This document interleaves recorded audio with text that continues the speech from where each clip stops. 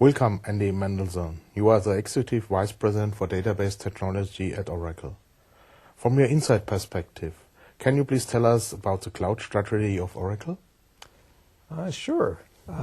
Oracle has a three-tiered strategy for the cloud.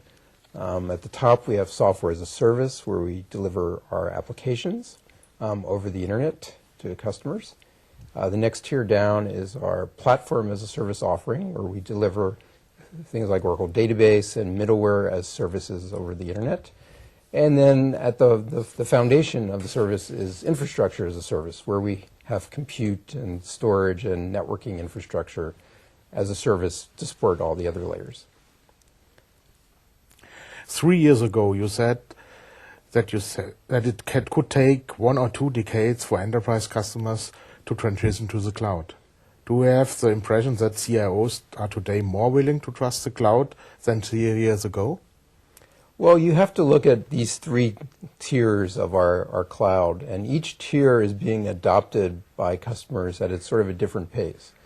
So at the software as a service layer, we see a lot of interest and adoption of certain applications as a service. So for example, sales applications, CRM applications, HR applications have been very successful, delivered as a service over the cloud. That whole market started about 15 years ago, and it's fairly mature. And just now, I think the other applications like ERP and financials applications are just starting to gain traction on the cloud. As you move down the stack, platform as a service, things like database and middleware, of course, have been there from the start to support the applications on the cloud. But what I was talking about when I was asked that question, and what I was thinking about was, well, when is database as a service standalone, not underneath the SaaS, going to be well accepted by our enterprise customers? And I think the answer remains the same. I think if you talk to the big enterprises in Germany or around the world, they're all have a very sort of wait-and-see outlook on the cloud. They're doing a little maybe development and testing, but they're not really doing serious plans to move mission-critical or even production applications to the cloud just yet. They're sort of custom applications. They are using things like HR applications on the cloud or Salesforce applications on the cloud. That is there, but the custom database applications, they're still not really there yet. Now, when you move down market into like the small, medium business space, those customers are very different. They have not invested in billions of dollars in data centers over the last 20 years. They're much more rapidly moving to cloud. In fact, the small companies, when they start, usually just start in the cloud from day one. And so different markets are very different tiers of the infrastructure are very different. But I think from my standpoint, the core database, moving core databases, custom database applications to the cloud, that's still, I think, a multi-decade transition.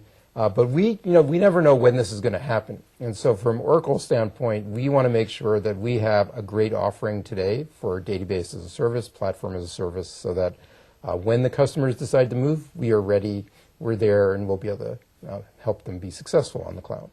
When I've spoken with user group members or Oracle customers, from my perspective, many told me, cloud is unsecure. They have angry because which people have access to their own data, which security features will Oracle improve for the cloud? So when I talk to customers about adopting the cloud, especially the enterprise customers, you're right, security is their number one issue. So either security or related issues like compliance as well.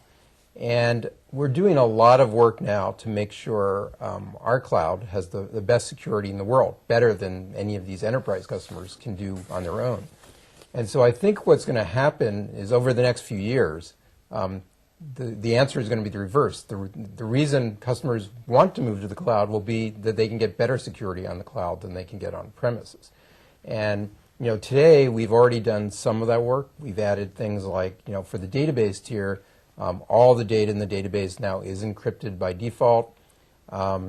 We're also adding support for Data Vault, which lets you do separation of duties between administrators in the cloud. You don't want the administrators to be able to see your production data. And then we're adding some more features to make the customers feel comfortable. For example, when you do encryption, you want to make sure the encryption keys are really owned by the customer, not by the public cloud provider like Oracle. So we have the ability to store encryption keys on premises where the customer can control them. And if the customer decides he doesn't want the data to be visible on the cloud anymore, he can just not provide the keys to Oracle anymore, and the data will be completely invisible to anybody. We're also doing some other projects such as Audit Vault on premise for cloud databases. So Audit Vault captures all the security audit trails for all your databases. So on the cloud, you want to make sure that the administrators who might be hacking your data can't cover their tracks. And so another way of making customers feel comfortable with the cloud is to send all those security audit trails back to the customer's premises and make sure no one on the cloud can tamper with them at all. So that's a few things we're doing, but there's going to be a whole series of things, especially around regulatory compliance. If we want to support big banks someday on the cloud, there are a lot of regulations that are actually different in every country that you need to support if you want to really be able to ultimately move big banking applications to the cloud. Thanks. Now let's talk about the core database. I have heard that database sharding will be coming. What is it, and who should use it, and why? Yeah, okay. So in 12c, of course, our big marquee features that we think all the customers will be interested in are Oracle Multi-Tenant and Oracle In-Memory Database. Every customer should take a look at that, and I'm sure there's a use case for every customer for both of those features. Sharding is a little different. Sharding is a feature we have been working on for the really high-end, extremely internet scale type of customers. So think about customers like airline reservation sites, like in Europe, Amadeus is a good example of that. Big e-commerce sites, Apple, iTunes, that kind of site. PayPal, big e-commerce transaction sites. Those sites have extreme availability and scalability requirements, and they can't just run all of the world's transactions on one Oracle database, even a rack database, or even a rack database with a standby. They need to have basically geographic databases that cover different regions of the world. So what they do is they take all the world, they partition it up into a region, and they'll create a different database, or what we now call a shard, in each one of these regions to support the transactions in that region. And the reason they do that is that if a database or a shard servicing, let's say, the United States goes down, you can make sure that nowhere else in the world is impacted by that database going down, because in Europe and Asia they have their own shards of the database that process their transactions. The other key part of sharding, of course, is if the database or a shard goes down for any region, you want to make sure all the activity for that region can be failed over to a replica in another part of the world, so they continue processing. So sharding is really important because Oracle likes to be, we're very strong at the high end of the market. So it's very important for us to make sure we have capabilities like sharding to solve the requirements of the highest end customers. But for the masses of customers, features like in-memory database, multi-tenant, that's what they should be using. Most customers will never need sharding. Things like rack clusters, active data guard, that's what they should look at for creating their biggest, and most highly available workloads. So sharding has no impact for other database features, rack, data guard, multi-tenant, or they have an impact? Sharding, as I mentioned, is sort of a federation of databases. Yeah. So each database is fully functional. All the Oracle features work within that given database. A shard can have rack, it can have Oracle partitioning in it. And so all the features of Oracle work across the shards. And in fact, one of the things we do that's pretty unique is you can run a SQL query.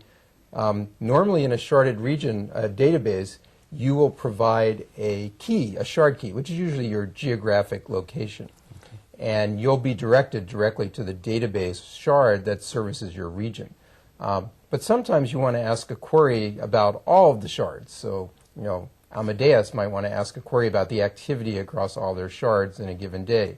And to do that, you need to run basically a parallel query across all the shards. So we support that capability as well. So yeah, everything works with shards. Okay, fine. What's coming next from the Oracle database development team? Of course, the big news is we're coming out with 12c Release 2.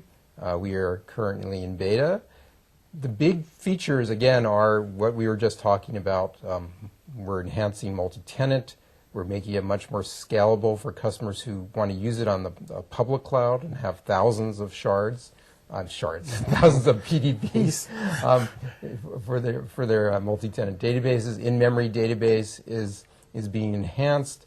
The big feature we're doing for in-memory database is you now, for 12CR2, will be able to have a column store on an active data guard standby so that you can move your reporting users who want to run the analytic queries off the online transaction processing side of the database. So that was probably the most frequently asked question for customers.